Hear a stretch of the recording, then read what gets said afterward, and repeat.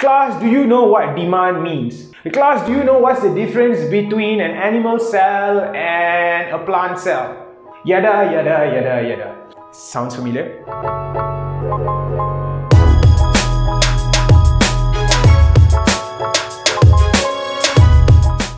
Hi everyone, this is Teacher Yuven here from Pasxcel Academy, Asia's #1 online IGCSE homeschool. So today I thought I would like to talk to you about one of the teaching practices that we are extremely passionate about at Pasxcel.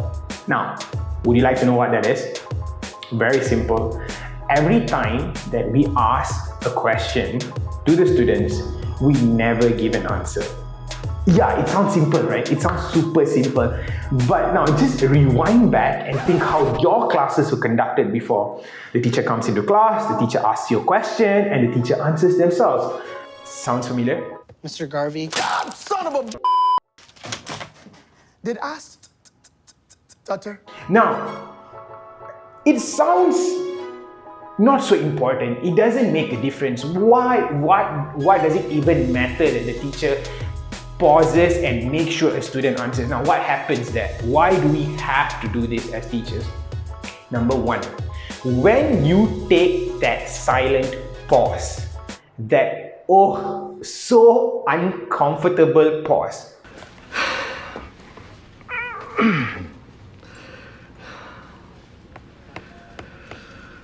what happens to the students? Have you ever thought about that? They are now forced to think, right? They are actually finally pushed to be an active participant in class. The first thing is get them to actively participate. It is completely 100% fine if they screw up the answer. If they get it completely wrong, nobody's gonna say anything because you just learn from failure. Or the other thing that we teach the teachers to do is this. The teacher hints something more and then gets the students to say something again, and then the teacher hints one more thing until the student eventually figures out their own answer. Instead of being spoon-fed, you trick the student to actually think that the student found the answer on their own. And anything that you found on your own through your own effort, highly likely you will remember them 100%, 200, 300% better than something that was just mentioned in the passing. Then the other thing that gets most of our students really pissed off with me is that every time they write an answer or every time we have a question, I never work the question with them. I'm going to time you, you just do it first, and then we'll see what happens. No! God, please, no! No! No! No! So this is totally 180 degrees different from how most teachers teach. Or the best one, when the teacher reads a past year paper and goes like, this is how you tackle it, the teacher explains because the teacher wants to show off how smart they are, and the student at the same time goes like, yeah, that sounds easy. But then what happens when they go into the exam hall? There's no teacher breaking down that question for them. They completely don't know how to start, and they get stuck and they get scared and they panic and they fail. I can get this! Oh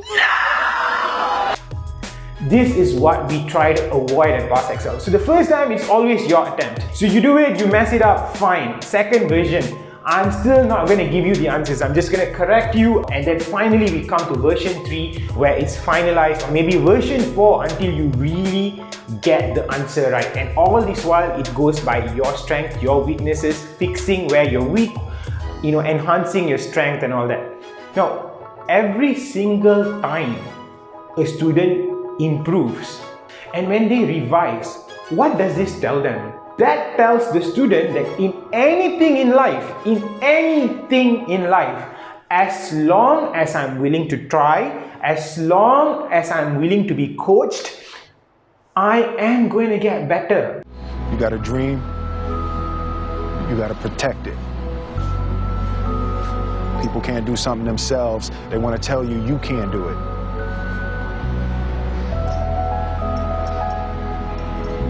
You want something, go get it. Period. So we don't just teach, we also build the student's identity to be someone who never gives up, someone who knows that no matter what, they're going to be successful because they are willing to try.